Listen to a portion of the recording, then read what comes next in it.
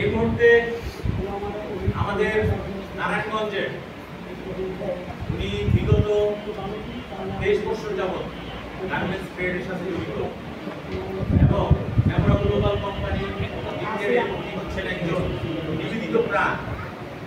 সেই সাথে আমরা নারায়ণগঞ্জ টিমে যারা কাজ করি রাতের 12টা নয়, 10টা নয়, 11টা নয়, যখনই আমার ফোন দেই সাথে সাথে উনি হাজির।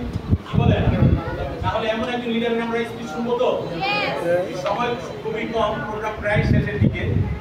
আমি এই মুহূর্তে marketing officer of Memora Global Limited এবং ডাইনামিক অ্যাসোসিয়েশনের অর্থ সম্পাদক জনাব জীবন চন্দ্র সাহাকে স্টেজে চেষ্টা করতে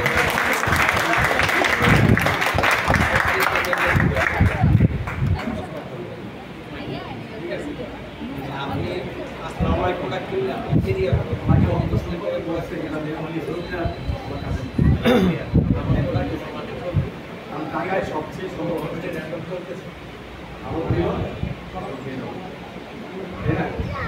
চাকরি করে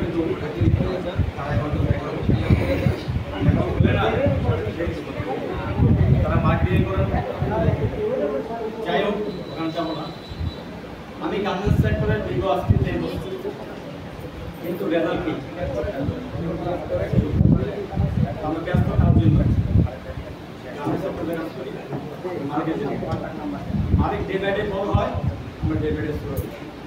বাস্তব একজনের চাকরি দেবো, আমাদের চাকরি সপ্তাহ মিথ্যা। কাজ শিখাবেন, 2 দিন পর আঙ্গুল চলে যায়, সপ্তাহ মিথ্যা। আমি মেমোর চিন্তা করে দেখছি এখানে ওখানে ন্যূনতম 100 রুপিয়ার লোক এবং তো 23 বছরে শিখাইছি, একটা লোক তো আমার কাছে নাই। মেমোরের যদি 5টা লোক কাজ শিখে দিতে পারি, কিন্তু আমি বলতে করতে হয় দেবেনি করতে হবে। এটা আমাদের দরকার করে যায় না কেন তাকে সফল করে, কিন্তু আমি সফল ট্রেডিশনাল যদি শুনতে পারি কখনো পিএম সাহেব জিএম হবে, জিএম সাহেব কাপড় করতে দিও না। বাস্তব ঘটনা জিএম সাহেব সবসময় কারণ এই দায়িত্ব পারে আছে। আমি এখানে আসছি কিন্তু ডাইরেক্টর করার জন্য।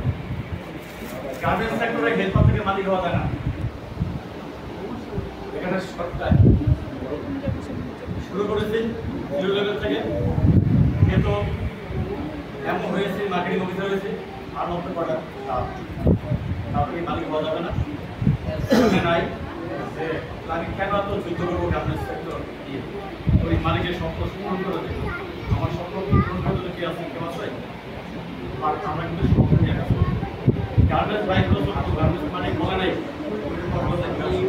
এই কোম্পানি থেকে নিয়োগ করে গেছে সামনে যাবো দাঁড়াতে তেমন আমরা নেপাল অনন্ত কোন গার্মেন্টস সেক্টরের মালিক বলছে জিএম সাহেব আমার আপনার জন্য 5টা শিপমেন্ট করেছি, আজকে তারা একটু শেয়ার করতে ফিরে আসবে। বলছে অনন্ত বাথরুমে পানি খাওয়ায় আর তারা খায় সপ্তাহে ভিতরে আঙ্গুর বানানো আনে জিএম সাহেব বায়ারদের জন্য।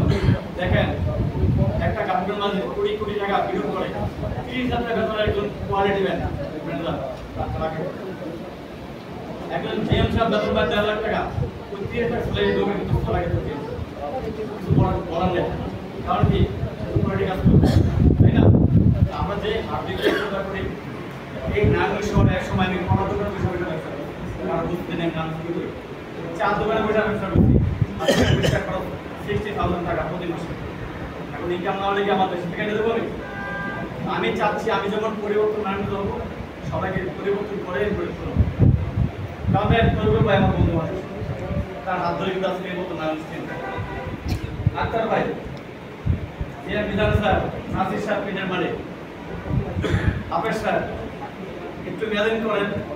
আছে আমাদের আফজাল স্যার, তুলান প্রদের স্যার, এই তো আমার মনে হয় এখানেই শেষ। এই যে স্যারের যেগুলো প্রোগ্রাম করলো এটা আমার মনে হয় এটা বাস্তবমুখী সামনে। তারা কেন আসছে? ভালো আছে না? এই আনসারের স্যার তুলান প্রদের কত শিক্ষক তৈরি করছে, তারা রক্তগোড়ায় কাজ চাকরি করতে ভালো মাইনে পাচ্ছে।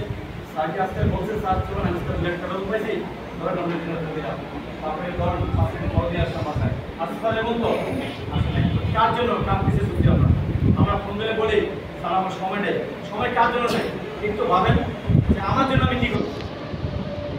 বাসায় চিন্তা করেন।